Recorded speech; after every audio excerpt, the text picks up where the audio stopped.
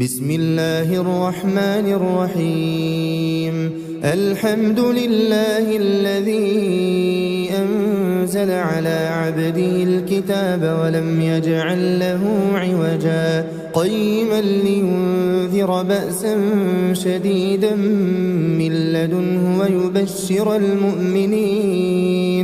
ويبشر المؤمنين الذين يعملون الصالحات أن لهم أجرا حسنا ماكثين فيه أبدا وينذر الذين قالوا اتخذ الله ولدا ما لهم به من علم ولا لآبائهم كبرت كلمة تخرج من أفواههم إن يقولون إلا كذبا فلعلك باخع نفسك على آثارهم إن لم يؤمنوا بهذا الحديث أسفا إنا جعلنا ما على الأرض زينة لها لنبلوهم أيهم أحسن عملا وإنا لجاعلون ما عليها صعيدا جرزا أم حسبت أن أصحاب الكهف والرقيم كانوا من آياتنا عجبا إذ أوى الفتية إلى الكهف فقالوا ربنا آتنا من لدنك رحمة وهيئ لنا من أمرنا رشدا فضربنا على آذانهم في الكهف سنين عددا ثم بعثناهم لنعلم أي الحزبين أحصى لما لبثوا أمدا نحن نقص عليك نبأهم بالحق إنهم فتية آمنوا بربهم وزدناهم هدى وربطنا على قلوبهم إذ قاموا فقالوا ربنا رب السماوات والأرض لن ندعو من دونه إلها لقد قلنا إذا شططا هؤلاء قومنا اتخذوا من دونه آلهة لولا يأتون عليهم بسلطان بين فمن أظلم ممن افترى على الله كذبا وإذ اعتزلتموهم وما يعبدون إلا الله فأووا إلى الكهف ينشر لكم ربكم من رحمته ويهيئ لكم من أمركم مرفقا وترى الشمس إذا طلعت تزاور عن كهفهم ذات اليمين وإذا غربت تقرضهم ذات الشمال وهم في فجوة منه ذلك من آيات الله من يهد الله فهو المهتد ومن يضلل فلن تجد له وليا مرشدا وتحسبهم أيقاظا وهم رقود ونقلبهم ذات اليمين وذات الشمال وكلبهم باسط ذراعيه بالوصيد لو اطلعت عليهم لوليت منهم فرارا ولملئت منهم رعبا وكذلك بعثناهم ليتساءلوا بينهم قال قائل منهم كم لبثتم قالوا لبثنا يوما أو بعض يوم قالوا ربكم أعلم بما لبثتم فابعثوا أحدكم بورقكم هذه إلى المدينة فلينظر أيها أزكى طعاما فليأتكم برزق منه وليتلطف ولا يشعرن بكم أحدا إنهم إن يظهروا عليكم يرجموكم أو يعيدوكم في ملتهم ولن تفلحوا إذا أبدا وكذلك أعثرنا عليهم ليعلموا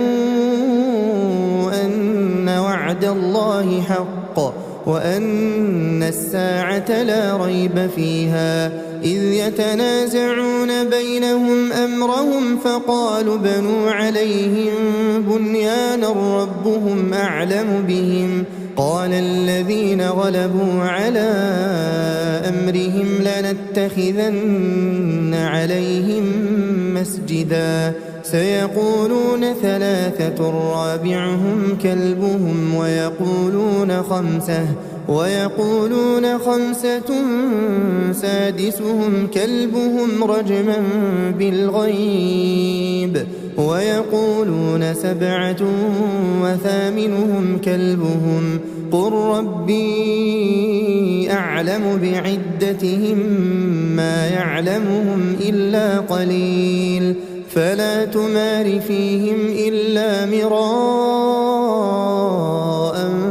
ظاهرا ولا تستفت فيهم منهم أحدا ولا تقولن لشيء إني فاعل ذلك غدا إلا أن يشاء الله واذكر ربك إذا نسيت وقل عسى أن يهديني ربي لأقرب من هذا رشدا ولبثوا في كهفهم 300 سنين وازدادوا 9 قل الله أعلم بما لبثوا له غيب السماوات والأرض أبصر به وأسمع ما لهم من دونه من ولي ولا يشرك في حكمه أحدا واتل ما أوحي إليك من كتاب ربك لا مبدل لكلماته ولن تجد من دونه ملتحدا واصبر نفسك مع الذين يدعون ربهم بالغداة والعشي يريدون وجهه ولا تعد عيناك عنهم تريد زينة الحياة الدنيا ولا تطع من أغفلنا قلبه عن ذكرنا واتبع هواه وكان أمره فرطا وقل الحق من ربكم فمن شاء فليؤمن ومن شاء فليكفر إنا أعتدنا للظالمين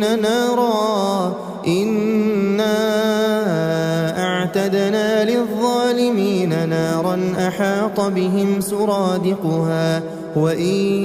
يستغيثوا يغاثوا بماء كالمهل يشوي الوجوه بئس الشراب وساءت مرتفقا إن الذين آمنوا وعملوا الصالحات إنا لا نضيع أجر من أحسن عملا أولئك لهم جنات عدن تجري من تحتهم الأنهار يحلون فيها من أساور من ذهب ويلبسون ثيابا خضرا من سندس واستبرق متكئين فيها على الأرائك نعم الثواب وحسنت مرتفقا واضرب لهم مثل الرجلين جعلنا لأحدهما جنتين من أعناب وحففناهما بنخل وجعلنا بينهما زرعا كلتا الجنتين آتت أكلها ولم تظلم منه شيئا وفجرنا خلالهما نهرا وكان له ثمر فقال لصاحبه وهو يحاوره أنا أكثر منك مالا وأعز نفرا ودخل جنته وهو ظالم لنفسه قال ما أظن أن تبيد هذه أبدا وما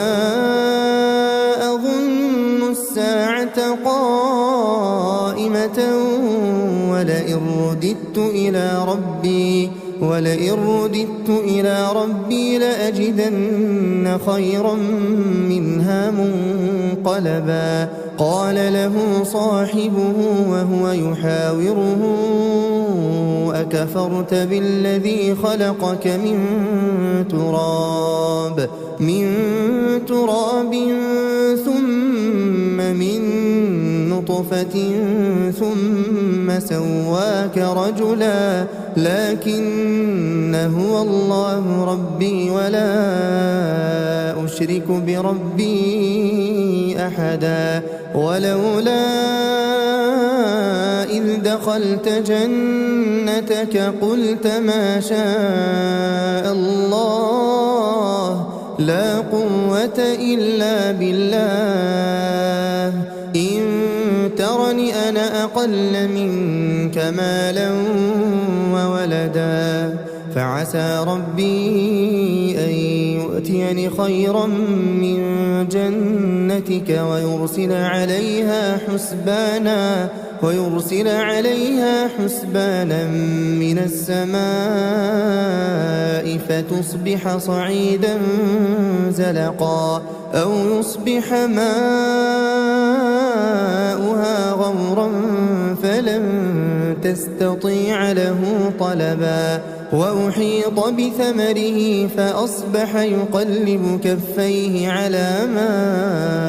أنفق فيها وهي خاوية على عروشها ويقول يا ليتني لم أشرك بربي أحدا ولم تكن له فئة ينصرونه من دون الله وما كان منتصرا هنالك الولاية لله الحق هو خير ثوابا وخير عقبا واضرب لهم مثل الحياة الدنيا كماء إن أنزلناه من السماء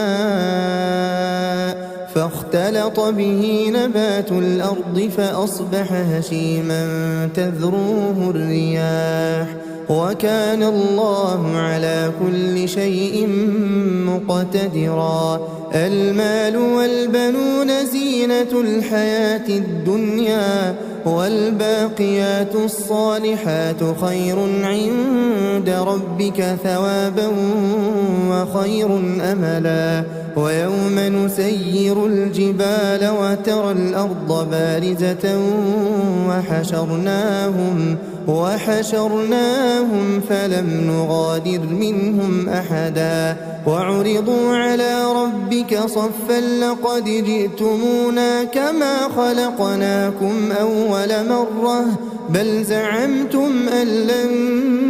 نجعل لكم موعدا ووضع الكتاب فترى المجرمين مشفقين مما فيه ويقولون يا ويلتنا ما لهذا الكتاب لا يغادر صغيرة ولا كبيرة إلا أحصاها ووجدوا ما عملوا حاضرا ولا يظلم ربك أحدا وإذ قلنا للملائكة اسجدوا لآدم فسجدوا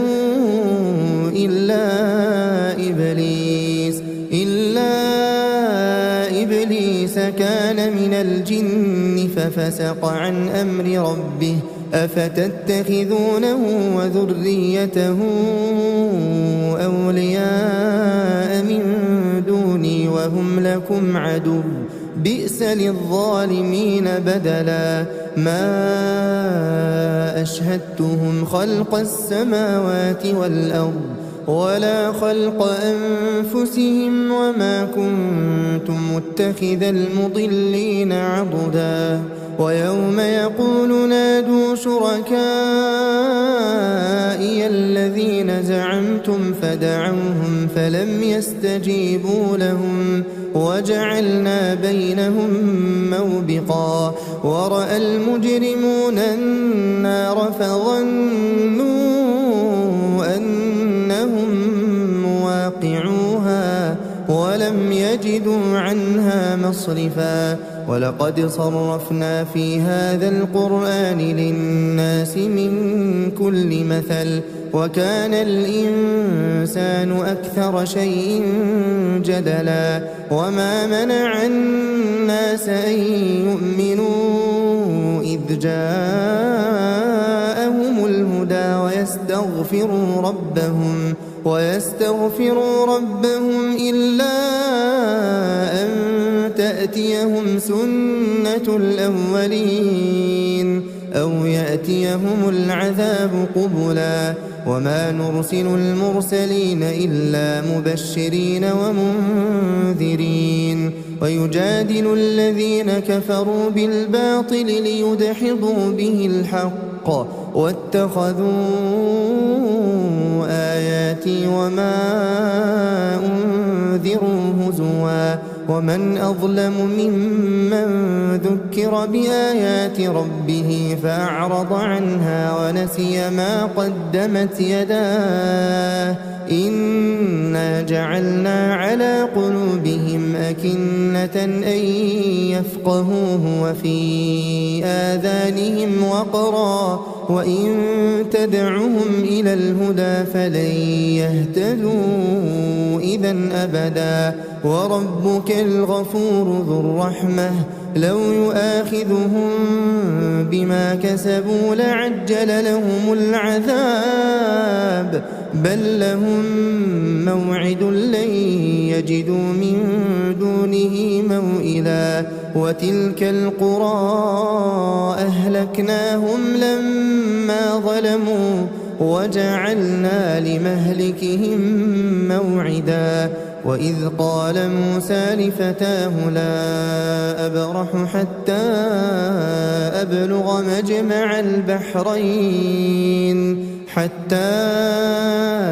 أبلغ مجمع البحرين أو أمضي حقبا فلما بلغا مجمع بينهما نسيا حوتهما فاتخذ سبيله في البحر سربا فلما جاوزا قال لفتاه آتنا غداءنا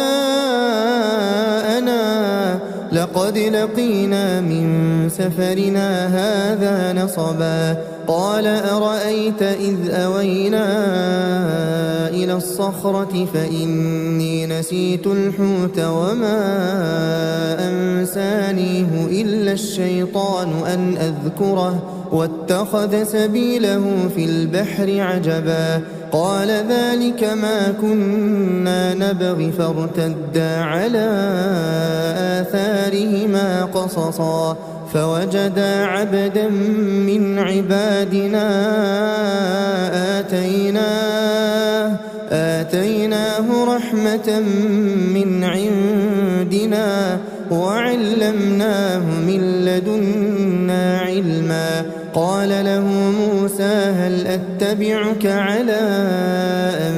تعلمني مما علمت رشدا قال إنك لن تستطيع معي صبرا وكيف تصبر على ما لم تحط به خبرا قال ستجدني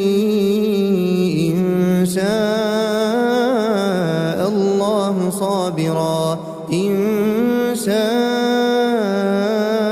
الله صابرا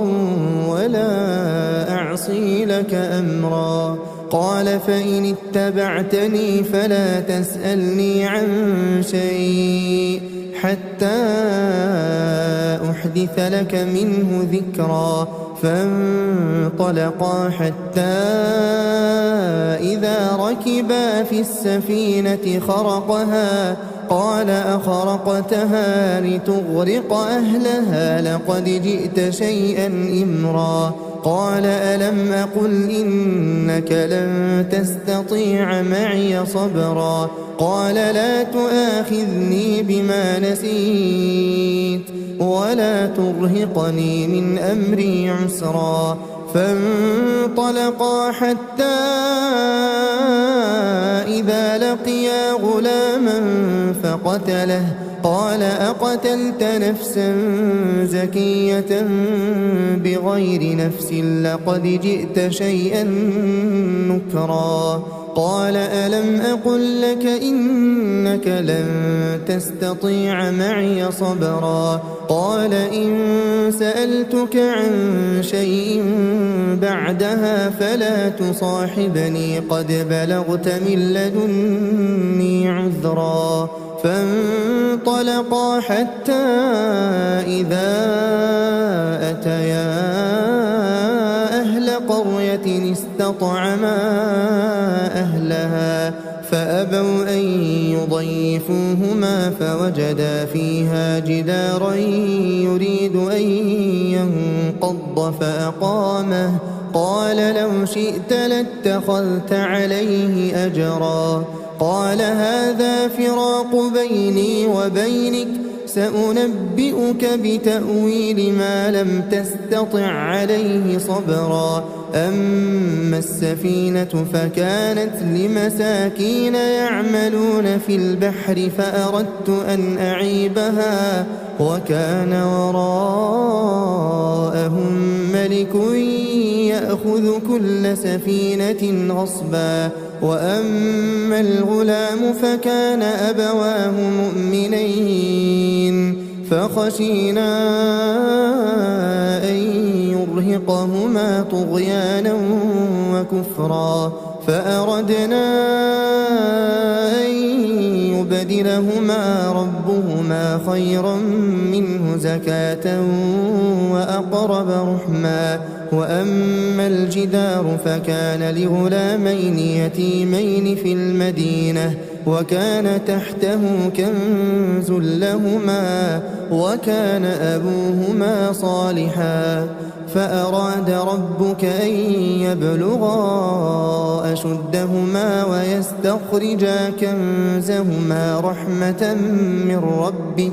وما فعلته عن أمري ذلك تأويل ما لم تسطع عليه صبرا. ويسألونك عن ذي القرنين قل سأتلو عليكم منه ذكرا. إنا مكنا له في الأرض وآتيناه من كل شيء سببا. فأتبع سببا حتى إذا بلغ مغرب الشمس وجدها تغرب في عين حمئة ووجد عندها قوما قلنا يا ذا القرنين إما أن تعذب وإما أن تتخذ فيهم حسنا. قال أما من ظلم فسوف نعذبه ثم يرد إلى ربه فيعذبه عذابا نكرا. وأما من آمن وعمل صالحا فله جزاء الحسنى وسنقول له من أمرنا يسرا. ثم أتبع سببا حتى إذا بلغ مطلع الشمس وجدها تطلع على قوم لم نجعل لهم من دونها سترا. كذلك وقد أحطنا بما لديه خبرا. ثم أتبع سببا حتى إذا بلغ بين السدين وجد من دونهما قوما لا يكادون يفقهون قولا قالوا يا ذا القرنين إن يأجوج ومأجوج مفسدون في الأرض فهل نجعل لك خرجا على أن تجعل بيننا وبينهم سدا قال ما مكني فيه ربي خير فأعينوني بقوة أجعل بينكم وبينهم ردما آتوني زبر الحديد حتى إذا ساوى بين الصدفين قال انفخوا حتى إذا جعله نارا قال آتوني أفرغ عليه قطرا فما استطاعوا أن يظهروه وما استطاعوا له نقبا قال هذا رحمة من ربي فإذا جاء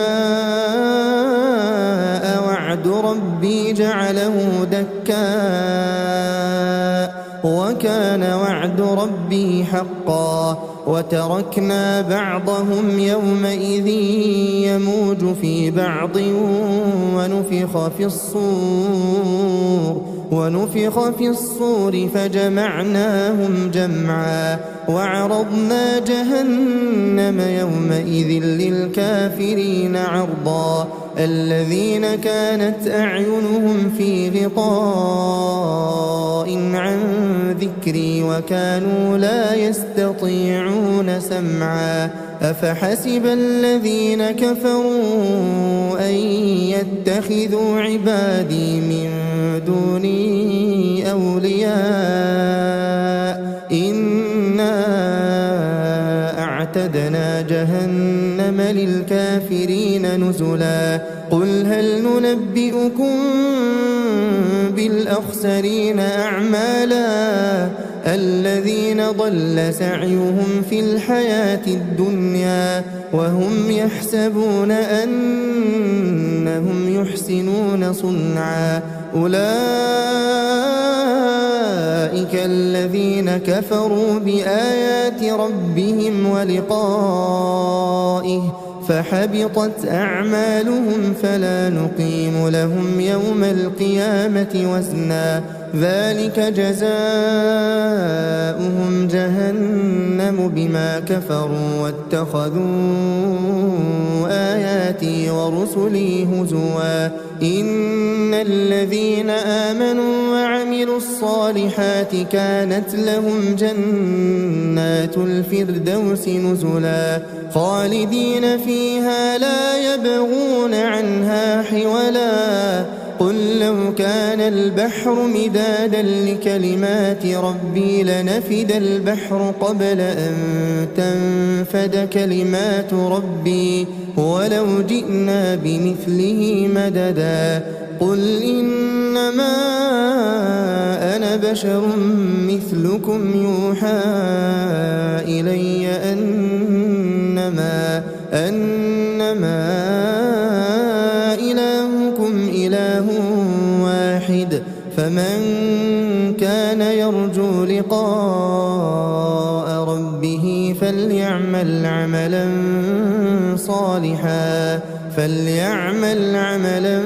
صالحا ولا يشرك بعبادة ربه أحدا.